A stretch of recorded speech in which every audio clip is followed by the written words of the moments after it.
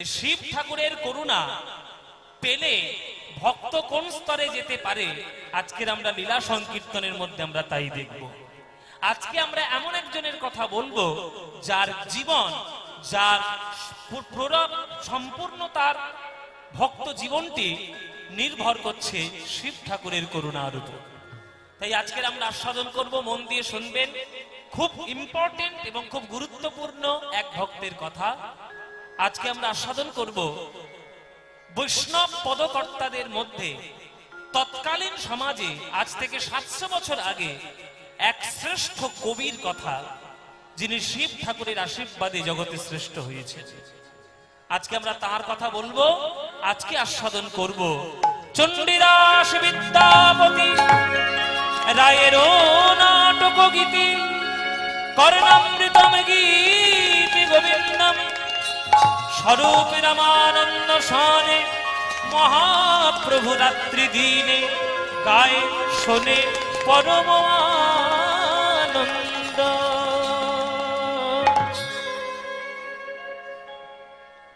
কৃষ্ণ ভাবে যখন মহাপ্রভু থাকতেন, কৃষ্ণ ভাবে যখন মহাপ্রভু থাকতেন, তখন মহাপ্রভু একদম 5 জনের রচনার গান আস্বাদন করতেন। চৈতন্য চরিতামৃতে পরিষ্কার করে লেখা যে 5 জনের পদাবলী মহাপ্রভু নিজে আস্বাদন করতেন, শুনতেন, ভালোবাসতেন। 5 জন কে কে? প্রথম নাম হচ্ছে চণ্ডীদাস, তারপর জয়দেব গোস্বামী, কৃষ্ণ কর্ণামৃতম মানে বিল্লমঙ্গল ঠাকুর, রায় রামানন্দের নাটকের গান। আর আজকের আমরা যার কথা বলবো তার পদাবলী মহাপ্রভুর অত্যন্ত প্রিয় ছিল। তিনি হলেন তৎকালীন সমাজের শ্রেষ্ঠ কবি এবং মহাপ্রভুরও এক আদর্শ প্রেম ভক্তি রচয়িতা পদকর্তা। তার নাম কবি বিদ্যাপতির কথা আজ আমরা আস্বাদন করব। শ্রেষ্ঠ কবি বিদ্যাপতি। এই বিদ্যাপতি, তার জীবন যে কত মধুময় জীবন, আপনারা যদি মন দিয়ে শুনতে পারেন এই বিদ্যাপতির জীবনটি, তাহলে বুঝতে পারবেন যে কত শ্রেষ্ঠ কবি তিনি ছিলেন। আর শিব ঠাকুরের করুণা কি করে তার জীবনে এসেছিল সেটাও আজকের আমরা জানবো। যেহেতু আগামীকাল শিবরাত্রি, শিব ঠাকুরের মহিমা আমাদের জানার দরকার। শিব ঠাকুরকে আমরা শুধু জানি যে তিনি নাকি গাঁজা খেয়ে ঘুরে ঘুরে বেড়ান আর গায়ে ছাই ভস্য মাখেন, শ্মশানে মশানে ঘোরেন। এগুলো সাধারণ কথা, এগুলো কিন্তু কোনো শাস্ত্রীয় কোনো কথা নয়। এই যে অনেকে বলেন শিব গাঁজা খায়, এইটা কিন্তু সম্পূর্ণ ভুল। শিবকে আমরাই আমাদের স্বার্থ চরিতার্থ করার জন্য ভগবানগুলোকে আমরা বেছে নিয়েছি, ব্যবহার করি। শিব ঠাকুরের গাঁজা দেওয়া হয় এইরকম কোন শাস্ত্রীয় ব্যাখ্যা আপনি কোনো খুঁজে পাবেন না, কোনো শিবপুরাণ না, কোনো কোথাও পাবেন না। আমার নেশা, আমার মাদকতা যাতে শিবের চরণে অর্পণ করে আমি নেশা থেকে মুক্তি পেয়ে আমি যাতে ভক্তে রূপান্তরিত হতে পারি, তার জন্য শিব ঠাকুরের কাছে সকল কিছু সর্বস্ব ত্যাগ করে দিতে হয়, ওইখানে রেখে দিয়ে আসতে হয়। তাই বলে এটা নয় যে শিব ঠাকুরের গাঁজাটা খায়। এরকম সাধারণ কিছু কথা আমাদের লোক মুখে আমাদের ফিরে ফিরে বেড়ায়, এগুলো সঠিক শাস্ত্রীয় ব্যাখ্যা নয়। হ্যাঁ, ওই জন্যে শিব ঠাকুর কত বড় তিনি বৈষ্ণব আর কত বড় তিনি ভক্ত বৎসল, আজকের আমরা সাধন করব কবি বিদ্যাপতির জীবনের মাধ্যমে। চলুন বাবা, আজকের মন দিয়ে শুনে যাবেন আর এমন করে শুনবেন যাতে সামনের বছর বিদ্যাপতির পালা আপনিও গাইতে পারেন, এমন করে শুনে নেবেন। হ্যাঁ, চলুন। বিদ্যাপতির জন্ম কোথায়? বিদ্যাপতির জন্ম হয়েছে পশ্চিমবঙ্গে বা পূর্ববঙ্গে, বাংলায় নয়। তিনি বাংলার লোকই নয়। বাংলা ছাড়িয়ে বাংলার পশ্চিম দিকে, ঠিক পশ্চিমে, উত্তর পশ্চিমে একটা রাজ্য আমাদের আছে। সেই রাজ্যটার নাম হচ্ছে বিহার। আর বিহার যখন নেপাল ঘেঁষা হচ্ছে, নেপালের দিকে যখন বিহারটা যাচ্ছে, ওই দিকে একটা জায়গা আছে, সেই জায়গাটার নাম হচ্ছে মিথিলা। কি নাম বললাম মায়েরা? মিথিলা। তাহলে মিথিলা বললে কার কথা মনে পড়ে বলো দেখি? মিথিলার কথা বললে মিথিলার এক রাজার কথা আমাদের মনে পড়ে। সেই মিথিলার রাজাকে, মিথিলার রাজা জনক। এই জনককে, জনকের পরিচয় কি? জনক হলো সীতা মায়ের বাবা। তাহলে সীতা মায়ের বাবা যদি জনক হয়, তাহলে রামচন্দ্রের কি হবে? শ্বশুর মশাই। তাহলে রামচন্দ্রের শ্বশুর বাড়ি হলো মিথিলা। আর সেই মিথিলার মধ্যে বিসফি বলে একটা গ্রাম ছিল। বিসফি, অনেকে বলে বিসফি, অনেকে বলে বিসফি। সেই বিসফি গ্রামে বা বিসফি গ্রামে একজন গণ্যমান্য ঠাকুর মশাই, পণ্ডিত ব্রাহ্মণ বাস করতেন। তার নাম হচ্ছে গণপতি ঠাকুর। কি নাম বললাম? গণপতি ঠাকুর। মায়ের নাম কি? মায়ের নাম জানা যায় না। ইতিহাস এখনো পর্যন্ত বিদ্যাপতির মায়ের নাম বলতে পারেনি। ওই জন্য মায়ের নামটা আমরাও জানি না। যখন রিসার্চ করে জানা যাবে তখন আপনাদের জানিয়ে দেওয়া হবে। কিন্তু এখনো পর্যন্ত বিদ্যাপতির মায়ের নামটা অজানা। কি নাম ছিল সেটা জানা যায় না। আমার কথা যদি বিশ্বাস না হয় আপনারা গুগল করে দেখে নিতে পারেন। ইন্টারনেটে যাবেন, বিদ্যাপতি লিখবেন, বাবার নামটা পাবেন কিন্তু মায়ের নামটা পাবেন না। বাবার নাম হচ্ছে গণপতি ঠাকুর। এই গণপতি ঠাকুর এমন একটা ব্রাহ্মণ যাকে দেখলেই পাড়ার লোকেরা, গ্রামের লোকেরা একেবারে মাথা নিচু করে পাশে দিয়ে চলে যায়। জেনে রাখবেন, মানুষ সব সময় বড় হয় বিদ্যা, বুদ্ধি, গুণের জন্য। বলে স্বদেশে পূজ্যতে রাজা, বিদ্বান সর্বত্র পূজ্যতে। স্বদেশে রাজাই পূজনীয় হয়, কিন্তু যে শিক্ষিত হয়, যে জ্ঞানী হয়, তার জ্ঞান সমাদর কিন্তু চারিদিকেই হয়ে হয়ে বেড়ায়। ওই জন্য গণপতি ঠাকুরের প্রচন্ড তার নাম। এইবার এই গণপতি ঠাকুরের বাড়িতে জন্মগ্রহণ করেছিল এই কবি বিদ্যাপতি। গ্রামের নাম হচ্ছে বিসফি, আর বাবার নাম হচ্ছে গণপতি ঠাকুর। জায়গার নাম হচ্ছে মিথিলা, বিহারের মধ্যে জন্মগ্রহণ করলো। তৎকালীন এবং আজ পর্যন্ত শ্রেষ্ঠ এক কবি বিদ্যাপতি।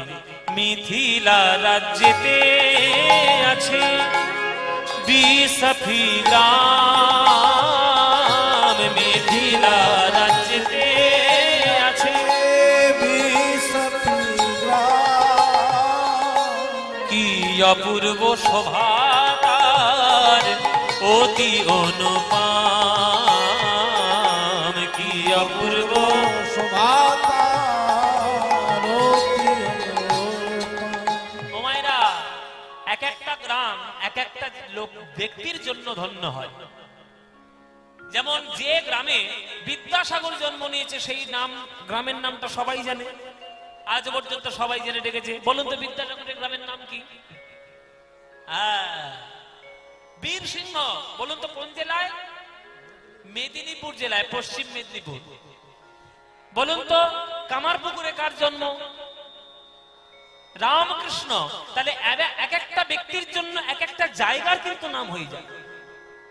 এক একটা গ্রামে যদি সঠিক একটা কৃষ্ণ ভক্ত জন্ম নেয়, তার জন্যই জগৎ তার নাম নিয়ে ভক্তি করে চিরকাল থাকবে। সেই বিসফি গ্রামে জন্মগ্রহণ করলেন বিদ্যাপতি। পরবর্তীকালে তিনি ইতিহাস তৈরি করে দিয়েছিলেন। সেই ইতিহাসগুলো আমরা শুনবো আজকে। বিদ্যাপতি জন্মিল গণপতির ঘরে, বিদ্যাপতি জন্মিল গণপতির ঘরে, বিদ্যাপতি জন্মিল গণপতির ঘরে, বিদ্যাপতি জন্মিল গণপতির ঘরে। আজ পাড়া প্রতিবেশীর মনে আনন্দ না ধরে, পাড়া প্রতিবেশীর মনে আনন্দ না ধরে, পাড়া প্রতিবেশীর মনে আনন্দ না ধরে, পাড়া প্রতিবেশীর মনে আনন্দ না ধরে। শঙ্খধ্বনি উলুধ্বনি করে নারীগণ, শঙ্খধ্বনি উলুধ্বনি করে নারীগণ, শঙ্খধ্বনি উলুধ্বনি করে নারীগণ, শঙ্খধ্বনি উলুধ্বনি করে নারীগণ। আরে বাহু তুলে জয়ধ্বনি দেয় ভক্তগণ, হরি হরি জয়ধ্বনি দেয় ভক্তগণ। আজ আনন্দ আর ধরে না, ধরে না। গণপতির ঘরে আজ আনন্দ আর ধরে না, গণপতির ঘরে আজ আনন্দ আর ধরে না। ওই বিদ্যাপতির জন্ম হেলে আনন্দ আর ধরে না, বিদ্যাপতির জন্ম হেলে আনন্দ আর ধরে না। ওই বিদ্যাপতির জন্ম হেলে হরি হরি হরি বলে, বিদ্যাপতির জন্ম হেলে হরি হরি,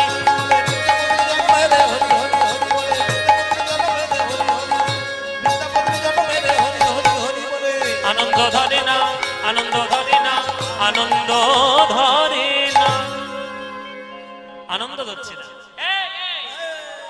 এই আমাদের ঠাকুর মশাইয়ের একটা ছেলে হয়েছে, হ্যাঁ যাক বাবা, পরবর্তীকালে ঠাকুর মশাই আমরা পেয়ে গেলাম, আমাদের আনন্দ হচ্ছে। চল আমরা সবাই মিলে যাব।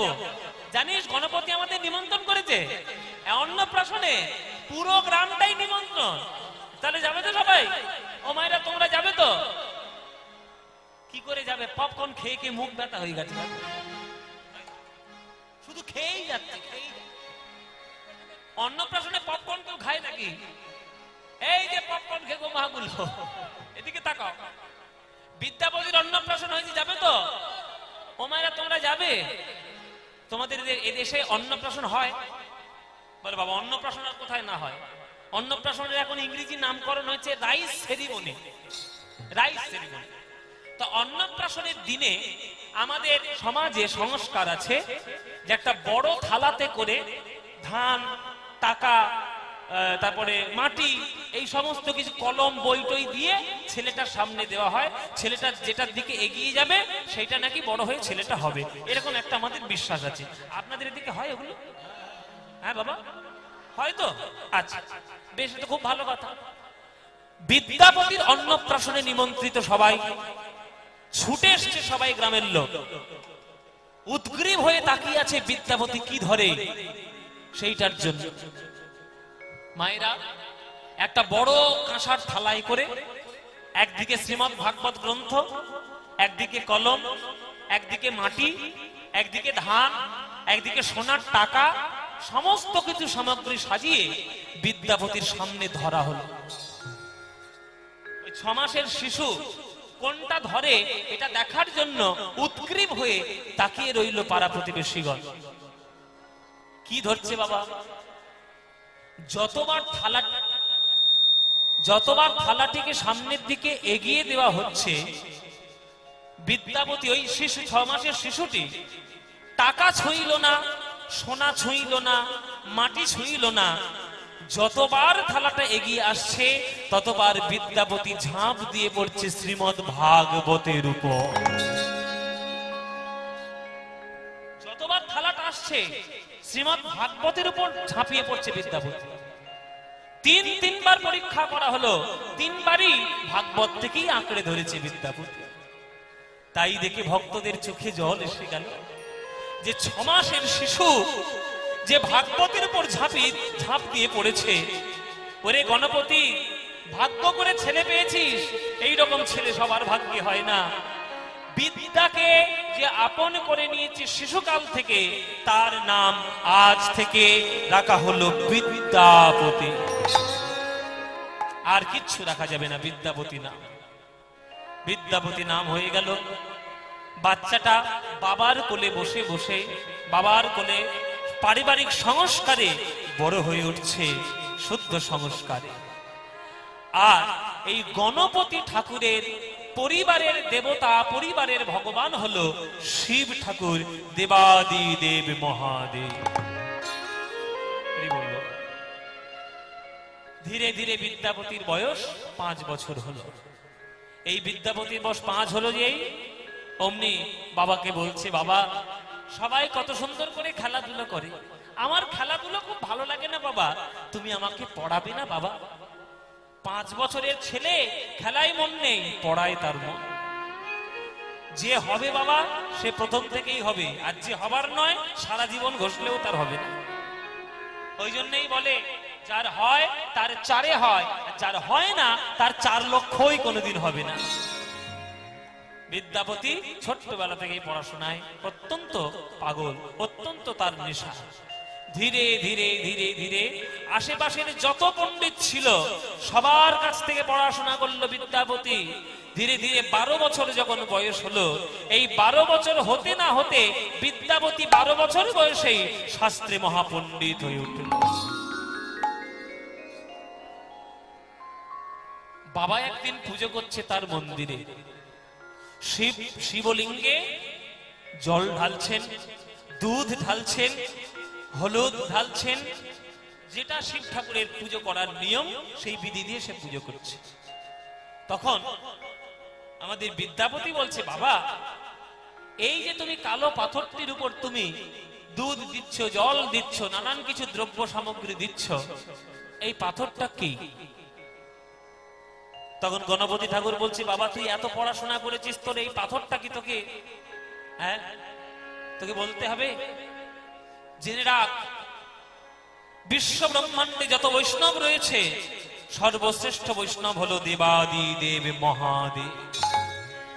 নিম্নগানাং যথা গঙ্গাদেব মামুচ্যতে যথা বিষ্ণুবানাং যথা শম্ভো পুরাণানাং বিদং তথা। নদীদের মধ্যে যেমন গঙ্গা শ্রেষ্ঠ, দেবতাদের মধ্যে বিষ্ণু শ্রেষ্ঠ, শাস্ত্রের মধ্যে যেমন শ্রীমদ্ ভাগবত শ্রেষ্ঠ, তেমনি বৈষ্ণবদের মধ্যে শিব ঠাকুর হলো শ্রেষ্ঠ। বৈষ্ণবদের মধ্যে শিব ঠাকুর হলো শ্রেষ্ঠ। সেই শিব ঠাকুরের পুজো আমাদের বংশ পরম্পরা ক্রমে চলে আসছে। তাই শিব ঠাকুরের করুণা পাওয়াই হলো তোর জীবনের মূল লক্ষ্য। যা বাবা, আজ থেকে তোর জীবনের ধর্ম কর্ম লক্ষ্য থাকবে শিব ঠাকুরের পুজো করা। কেমন? বেশ বাবা, তাহলে আমি শিব ঠাকুরের করুণা আমি কি করে পাবো? করুণা করুণা কি করে পাবি? করুণা পেতে গেলে সব থেকে কাছে যে আছে তার কাছে আগে যেতে হবে। সব থেকে কাছে কে আছে বাবা? বলে শোন, এই আমাদের বিশপি গ্রামের কাছাকাছি এমন এক নদী বয়ে চলেছে, যিনি শিব ঠাকুরের জটার থেকে সরাসরি প্রবাহিতা হয়ে জগতে এসেছে। তিনি কে? তিনি হলেন মা সুরধুনী গঙ্গা। এই গঙ্গা, তার চরণে তোমাকে যেতে হবে, তার চরণেই তোমায় পুজো করতে হবে। আগে গঙ্গার করুণা যদি পেতে পারো, তাহলে তুমি শিব ঠাকুরের করুণা অনায়াসে পেয়ে যাবে।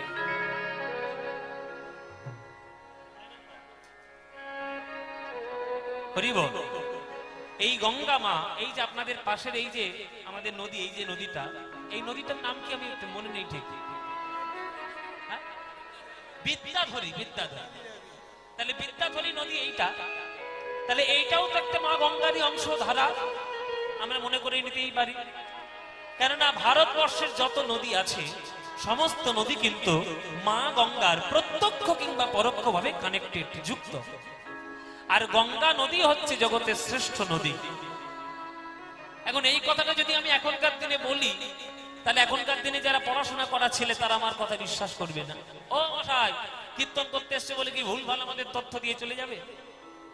গঙ্গা নদীর থেকে লম্বাও নদী অনেক আছে, আবার গঙ্গার থেকে চওড়া নদীও একটা আছে। তাহলে নদীর মধ্যে গঙ্গা শ্রেষ্ঠ কি করে হয়? কি করে শ্রেষ্ঠ হয় গঙ্গা? আপনারা যারা ভূগোল পড়াশোনা করেছেন তারা বলুন, পৃথিবীর সব থেকে দীর্ঘতম নদীর নাম কি? সব থেকে দীর্ঘতম নদী কে? তার নাম হচ্ছে নীল নদ।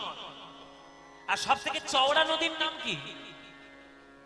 চওড়া নদীর নাম হচ্ছে অ্যামাজন, যেটা আফ্রিকার দেশে আছে।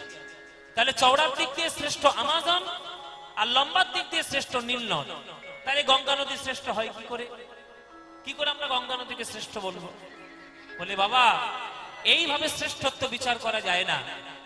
ক্লাসে কোন ছেলেটা লম্বা আর কোন ছেলেটা মোটা, সে কি ফার্স্ট হবে সব থেকে বেশি? না, গুণগত মান থাকা চাই। নীল নদ দীর্ঘতম নদী হতে পারে, অ্যামাজন চওড়া সব থেকে শ্রেষ্ঠ হতে পারে, কিন্তু এই নদীগুলো কোনোটাই ভগবান শ্রীবিষ্ণুর চরণ থেকে উৎপত্তি হতে পারেনি। একমাত্র মা গঙ্গা এই পৃথিবীর মধ্যে এমন এক নদী, যিনি সরাসরি ভগবান শ্রীবিষ্ণুর চরণ থেকে জন্মগ্রহণ করেছে। তাই গঙ্গার বন্দনা রয়েছে। বিষ্ণু চরণ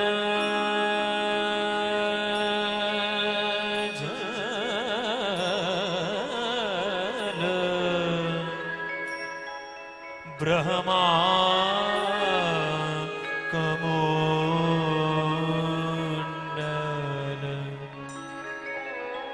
শিব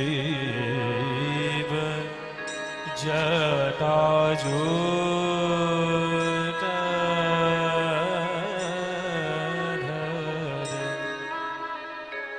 দেবী গঙ্গা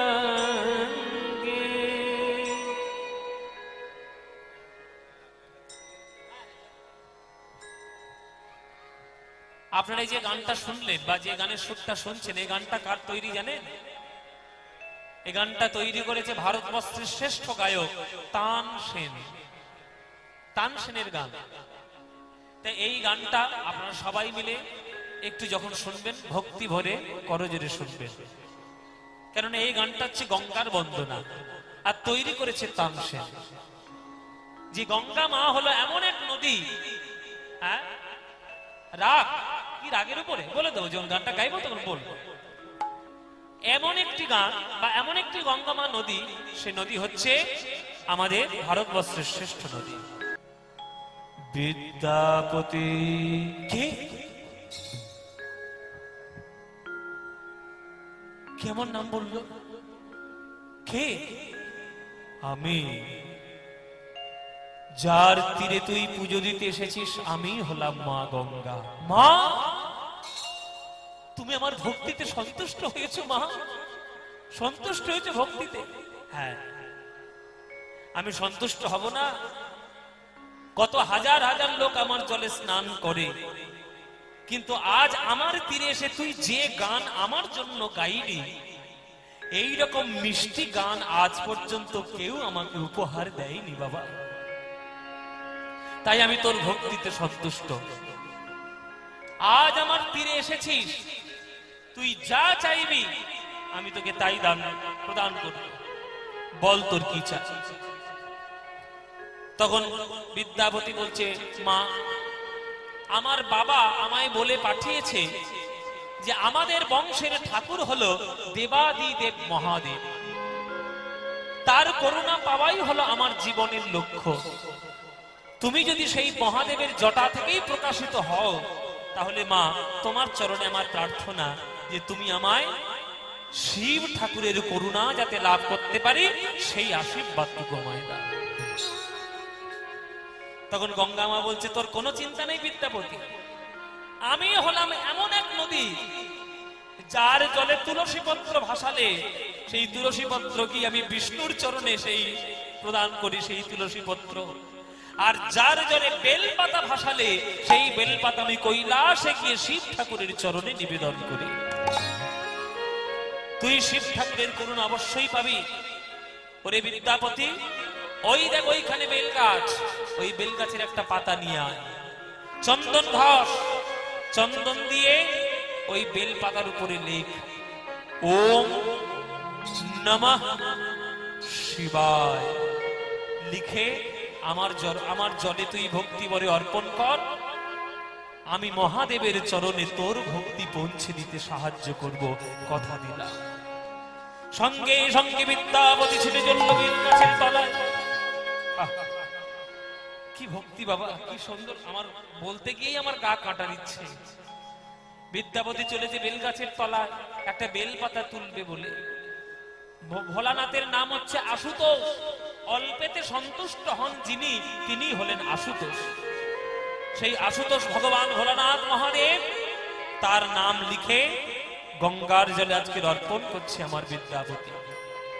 একটা পাতার মধ্যে লিখলো ওম, একটা পাতার মধ্যে লিখলো নমঃ, আর একটি পাতার মধ্যে লিখলো শিবায়। লিখে গঙ্গার জলে প্রদান করছে।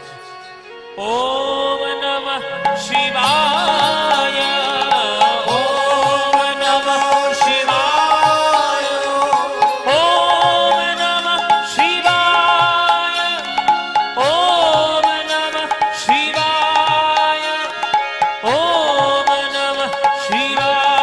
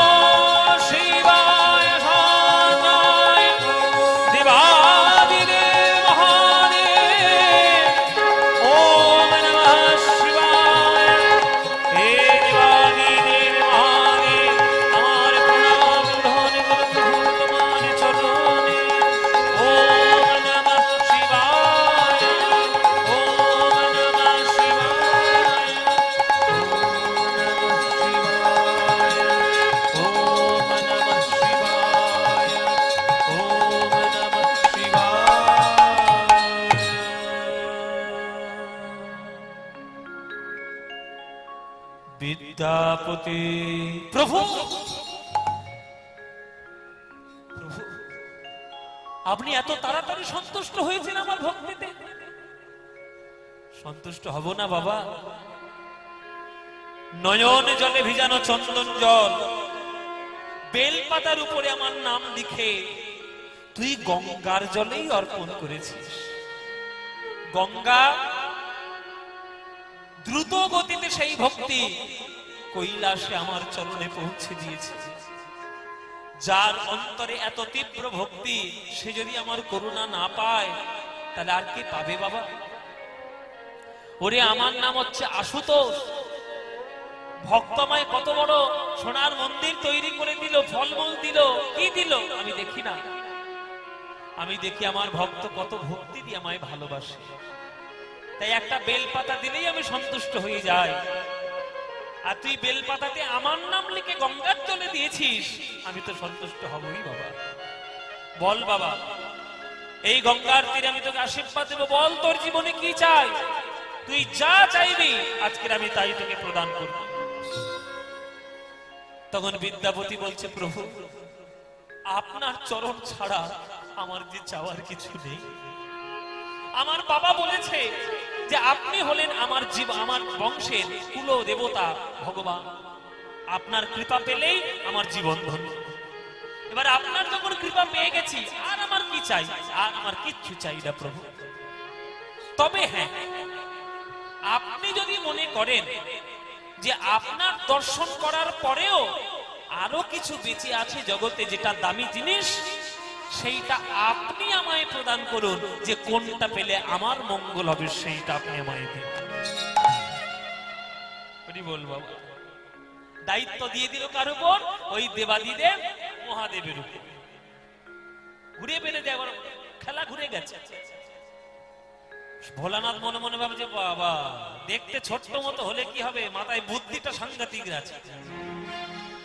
হ্যাঁ, আমি বলছি তোর কি দরকার তুই বল, ও আমায় ঘুরিয়ে বলছে আপনার যেটা ভালো মনে হয় সেইটাই আপনি দিন।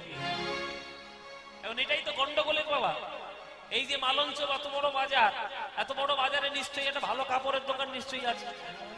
হ্যাঁ, বড় বড় দোকান আছে। ও মায়েরা, তোমরা কাপড় কিনতে যাও তো? কাপড় কিনতে গিয়ে তুমি যদি দোকানদারকে বলো যে দোকানদার তোমার দোকানের সব থেকে ভালো কোনটা কাপড় সেইটা আমাকে দাও, তখন দোকানদারের মাথা খারাপ হয়ে যাবে, পুরো দোকানটা তুলে ফেলবে, তবু ভালো কাপড় আর খুঁজে পাবে না। তেমনি বিদ্যাপতি বলছে যে আপনার দেখার দরকার আমার ছিল, আমার হয়ে গেছে, এইবার আপনি কোনটা আমায় দেবে বলে মনে করছেন সেটাই আপনি আমায় দেবেন।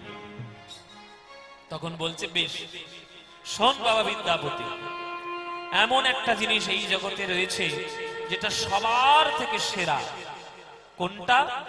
বলে জগতের শ্রেষ্ঠ জিনিস হলো বৃন্দাবনে রাধা গোবিন্দের ব্রজ প্রেম। রাধা গোবিন্দের ব্রজ প্রেম লাভ করলে হৃদয়ের সর্ব কামনা বাসনা পূর্ণ হয়ে যায়। কিন্তু বাবা, রাধা কৃষ্ণের প্রেম দেওয়ায় আমার একটু সমস্যা আছে। বলে আপনার আবার সমস্যা? বলে হ্যাঁ বাবা, আমার সমস্যা আছে। কারণ আমি যতই দেবাদিত মহাদেব হই না কেন, আমি তো সংসারী মানুষ, বউ ছেলে নিয়ে আমাকেও ঘর করতে হয়। আর সংসারী মানুষ যারা হবে তারা ভালো করেই বুঝবেন যে কর্তা যতই হম্বি তম্বি করুক না কেন, একজনের কাছে ঠিক জব্দ। ও মায়েরা, কার কাছে জব্দ? হ্যাঁ, গিন্নির কাছে সব জব্দ। জব্দ নয়। এখানে যাদের বিয়ে হয়ে গেছে আর যাদের হব হব করছে, ভালো করে জেনে নিন, যতই কর্তাগিরি ফলাও আর যতই হম্বি তম্বি করো, বউয়ের কাছে সব জব্দ। শিব ঠাকুর বলছে বাবা, আমি দেবাদিদেব মহাদেব ঠিক কথা, তবে প্রেম আমি তোকে দিতে পারবো না। ওই প্রেমটা যার কাছে আছে সেটা হলো তোর মা। ওই মার কাছে গিয়ে তুই একটু উপাসনা কর, দেবী দুর্গার আরাধনা কর। আরাধনা যদি করতে পারিস তাহলে দেবী দুর্গার করুণায় তুই সেই ব্রজ প্রেম লাভ করতে পারবি।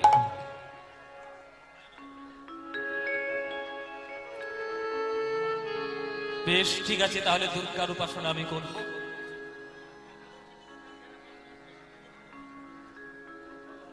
আচ্ছা, একাদশীর প্রসাদ যারা পেতে চান, যারা একাদশী করেছেন, একাদশীর প্রসাদ যারা পেতে চান, কুপন সংগ্রহ করে আপনারা রাধা গোবিন্দ মন্দিরের কাছে পাশে আপনারা চলে যাবেন।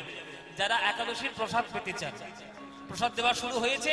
যারা যারা একাদশীর প্রসাদ পেতে চান কুপনটা নেবেন, কুপনটা নিয়ে আপনারা রাধা গোবিন্দ মন্দিরের পাশে যাবেন, একাদশীর প্রসাদ দেওয়া হচ্ছে। চলুন, জয় নিতাই। এইবার দুর্গার আরাধনা শুরু করলো বিদ্যাপতি। শিব ঠাকুরের পরামর্শে যে দেবী দুর্গা হলেন মা মহামায়া, আবার সেই মা মহামায়া বৃন্দাবনে যখন লীলা করেন তখন তিনি হন যোগী মায়া। সেই যোগ মায়ার করুণা না পেলে কিন্তু বৃন্দাবনে প্রেম পাওয়া যাবে না। তা সেই প্রেম আস্বাদনের জন্য তোমাকে দুর্গার আরাধনা করতে হবে। চলো দুর্গার আরাধনা। আস্তে আস্তে প্রসাদ পাবে বলে সব এত ভিড় আর এত চিৎকার চেঁচামেচি, সব পালাচ্ছে। আস্তে, যার যাওয়ার দরকার চুপচাপ চলে যাও। কারোর যদি গান শোনাটা প্রয়োজন না হয়, যদি প্রসাদটাই মূল প্রয়োজন হয়, চুপচাপ প্রসাদের কাছে চলে যাবে রাধা গোবিন্দ মন্দিরের পাশে, চিৎকার করবে না, আস্তে আস্তে যাবে। সবাই মিলে করজোরে বসবেন। এবার আমরা একটু দুর্গার বন্দনা গাইব। বিদ্যাপতির লেখা নিজের গান, সেই গান দিয়ে দুর্গার বন্দনা আজকের আমরা শুনবো। বিদ্যাপতির নিজের লেখা গান, দুর্গা ভক্তি তরঙ্গিনী বলে একটা গ্রন্থ আছে, সেই গ্রন্থে দুর্গার বন্দনা রয়েছে, সেই গানটি আমরা এবার গাইব। সবাই করজোরে সবাই একটু বসুন, আমরা মা দুর্গার একটু আরাধনা করব। দেখুন, আমরা অনেকেই দ্বন্দ্ব করি যে কৃষ্ণ ভক্ত যারা হবে তারা কেন কালী ভক্ত হবে। জেনে রাখবে, কৃষ্ণ হলো শক্তিমান, আর শক্তি হলো তার ওই দুর্গা মা কালী, কেননা তার অঙ্গ থেকেই জন্ম নিয়েছে। সুতরাং কৃষ্ণ কালী আমরা যারা আলাদা বলে মনে করি, এটা আমাদের একটা বোকামো ছাড়া আর কিছুই নয়। কেননা কৃষ্ণ হচ্ছে মূল শক্তিমান, আর তার শক্তি হলো মা ওই মহামায়া। সেই মহামায়াকে আমাদের ডাকতে হবে। মা মহামায়ার করুণা না পেলে গোপীরা পর্যন্ত কৃষ্ণকে পাইনি। আর তুমি কি ভেবেছো যে তোমরা স্বাভাবিকভাবে ভগবানকে পেয়ে যাবে? তোমরা কি গোপীদের থেকেও বড় ভক্ত নাকি? তাই গোপীরা সর্বশাস্ত্র জানতো, তাই কাত্যায়নের ব্রত করে তবে কৃষ্ণকে পেয়েছিল। সবাই একটু করজোরে বসুন মায়েরা। আমি এবার দুর্গার বন্দনা গাইব, বিদ্যাপতির লেখা। সবাই করজোরে বসবেন আর উলুধ্বনি দেবেন আমি যখন শ্লোকগুলো বলবো। সর্বমঙ্গল মঙ্গল্যে শিবে সর্বার্থ সাধিকে শরণ্যে ত্র্যম্বকে গৌরী নারায়ণী নমস্তুতে। সৃষ্টি স্থিতি বিনাশান শক্তিভূতে সনাতনে গুণাশ্রয়ে গুণময়ে নারায়ণে নমস্তুতে।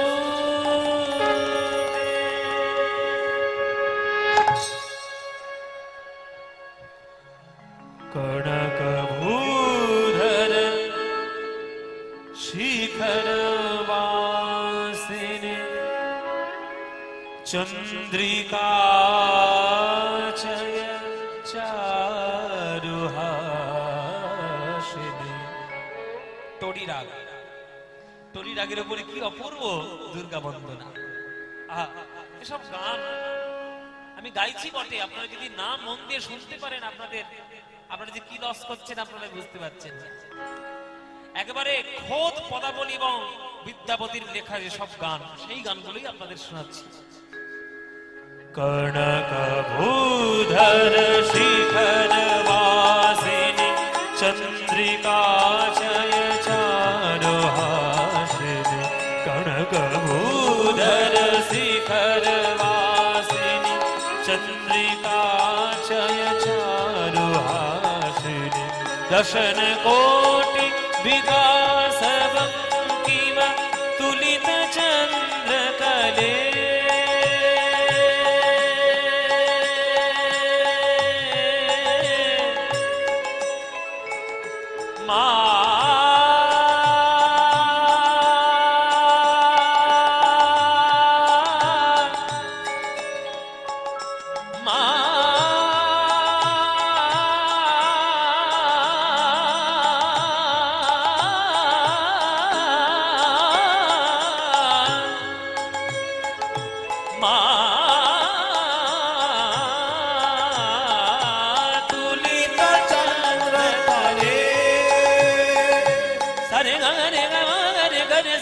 জানি জানি দা মগ মদনি রে সা তুলিত চন্দ্র তলে কনকভূষণ শিখর বাসিনী চন্দ্রিকা চয় চারুহাসিনী দশন কোটি বিকাশ বঙ্কিম তুলিত চন্দ্র তলে তুলিত চন্দ্র তলে ক্রোধ সুর রিপুবল নিপাতিনি মহিষ শুম্ভনি শুম্ভঘাতিনি ভীতভাতি ভয়োপনাদন পাটন প্রবলে খড়গভূধর শিখরবাসিনী চন্দ্রিকা জয় চারুহাসিনী কনকভূধর শিখরবাসিনী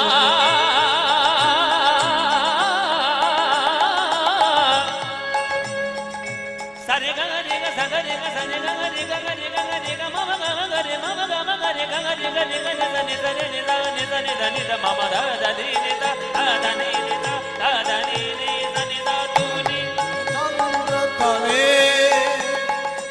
এই রাগটা হচ্ছে টরি টরি রাগ।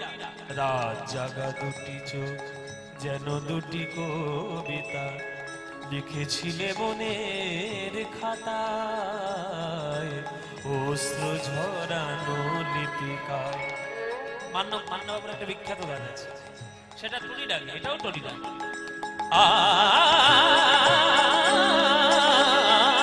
তুলিত চন্দ্র তলে सकल पाप कला परिच्युति सुख विद्यापति कृत स्तुति सकल पाप कला परिच्युति सुख विद्यापति कृत स्तुति तोषित शिव सिंह भूपति कामना फल रे रे কামনা ফলয়ে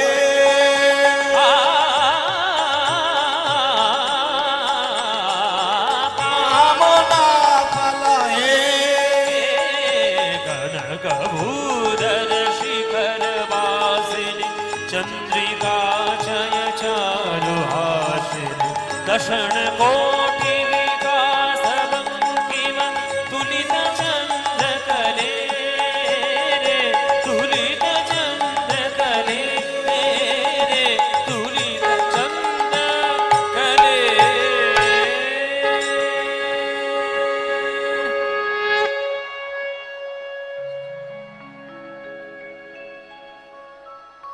বিদ্যাপতি মা, তুমিও আমায় দেখা দিলে মা।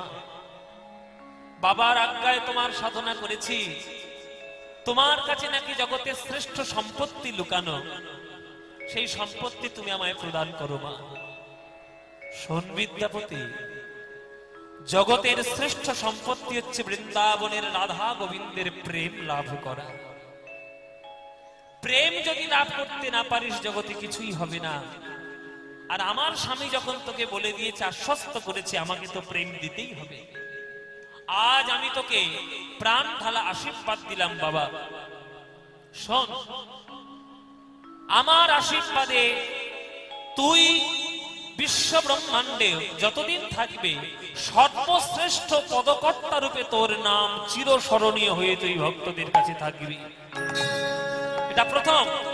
আর দ্বিতীয় হলো, তোর যখন মনে হবে তুই তখনই ব্রজ গোপী ভাব অনুরাগে রাধা গোবিন্দের প্রেম হৃদয় দিয়ে আস্বাদন করতে পারবি।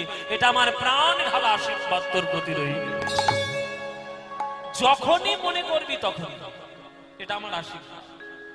খেতে ঘুমাতে চলতে ফিরতে তোর যখন ইচ্ছা হবে, ব্রজ প্রেম তোর যখন আস্বাদন করার ইচ্ছে হবে, যখনই মনে করবি গোপী ভাব অনুরাগ তোর হৃদয়ের মধ্যে জাগ্রত হবে। এটা আমার আশীর্বাদ রইল বাবা। যা, জগতের শ্রেষ্ঠ কবি হয়ে শ্রেষ্ঠত্ব লাভ কর, আমার আশীর্বাদ রইল। তাহলে এতক্ষণ যে ঘটনা শুনলেন বাবা, কতজন দেব দেবী বা কটা ভগবানের কৃপা বিদ্যাপতি পেল? দেখি আপনারা কেমন শুনছেন কীর্তন। কটা ভগবানের করুণা পেল বাবা? দুটো। ঠিকঠাক করে বলুন। হ্যাঁ, তিনজন। প্রথম কার কৃপা পেল? মা গঙ্গা। দ্বিতীয় কার কৃপা পেল? ভগবান ভোলানাথ শিব ঠাকুর। আর তৃতীয় কার কৃপা পেল? স্বয়ং মা দুর্গা। তাহলে তিনজনের করুণায় সে ধন্য হয়ে গেল বিদ্যাপতি। হ্যাঁ, সেই বিদ্যাপতি ধন্য হলো। চলুন জয় নিতাই। সেই বিদ্যাপতি তিন দেবতা বা তিন দেব দেবীর আশীর্বাদ ধন্য হয়ে জগতের শ্রেষ্ঠ কবি হয়ে গেলেন। এমন এমন রচনা করতে শুরু করলেন যে তার রচনায় সারা জগৎ মুক্ত হয়ে যেতে লাগলো। যে যে শুনছে তার পদাবলী আর পাগল হয়ে যাচ্ছে, আর ভক্তি রসে পাগল, তার হৃদয় বিগলিত হয়ে যাচ্ছে। হরি বল বাবা।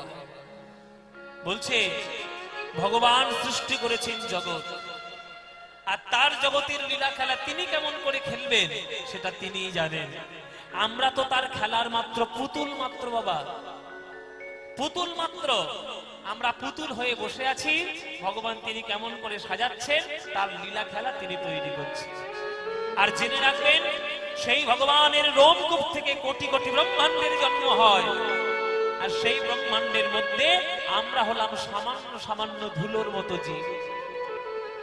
আমাদের অস্তিত্ব থাকলেও কিছু যায় আসে না, না থাকলেও কিচ্ছু যায় আসে না। ওই জন্য জগতে আপনারা এসেছেন ভগবানের করুণায়, বিদ্যাপতি পেল আজকের ভগবানের করুণা। এই আপনারা যারা যারা ভগবানের করুণা পেতে চান, শুধুমাত্র সৎ কার্যেই ভগবানকে পাওয়া যাবে, তাছাড়া নয়। ওই জন্যই কাজী নজরুল ইসলাম একটা গান লিখেছিলেন যে খেলিছ এ বিশ্ব লয়ে বিরাট শিশু, খেলিছ এ বিশ্ব লয়ে বিরাট শিশু, প্রলয় সৃষ্টি তব পুতুল খেলা নিরজনে প্রভু নিরজনে।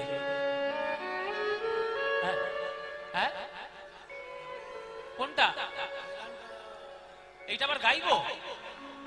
দূর, কতবার শুনেছেন, বাবার কত গাইও, আরো শুনবেন? আচ্ছা ঠিক আছে। কাজী নজরুল ইসলামের গান, এই গানটা আমি যেখানেই যাই সব ভক্তরা ওই চিরকুট দিয়ে দিয়ে সব অনুরোধ করে যে দাদা ওই গানটা যদি একবার গান। আপনারা জেনে রাখবেন, আপনারা বাংলায় জন্ম নিয়েছেন, আপনাদের 14 পুরুষের ভাগ্য ভালো। কেননা এই বাংলাতে যেসব বুদ্ধিজীবী আর যেসব ভক্তর জন্ম হয়েছে, সারা ভারতবর্ষে এত ভক্তের জন্ম হয় না। আর সেই ভারতবর্ষের ভক্তের মধ্যে, সেই ভক্ত কুলের মধ্যে বাংলায় এক কবি হলো কাজী নজরুল ইসলাম। নাম দিয়ে, ধর্ম দিয়ে, বর্ণ দিয়ে, জাতি দিয়ে কখনো মনুষ্যত্বের বিচার করতে নেই বাবা। শুনোরে মানুষ ভাই, সবার উপরে মানুষ সত্য, তাহার উপরে নয়। আগে মানুষ হও, তারপরে হিন্দু হইও, মুসলমান হইও, খ্রিস্টান হইও, বৌদ্ধ হইও, জৈন হইও, যা হইও, আগে মানুষ হও। তাই নজরুল ইসলাম তার একেবারে জলজল করছে উদাহরণ। নাম পরিবর্তন না করে, ধর্ম বর্ণ জাত কিচ্ছু পরিবর্তন না করে এমন এমন গান লিখে গেছেন যে আমাদের সনাতন ধর্মের লোকেরাও আশ্চর্য হয়ে গেছে। নজরুল ইসলাম তার লেখা গান খেলিছ, হ্যাঁ শুনতে পাচ্ছি না, অল্প অল্প করে গাইব, ঠিক আছে অল্প এক লাইন গাইব, হ্যাঁ পুরোটা গাইব।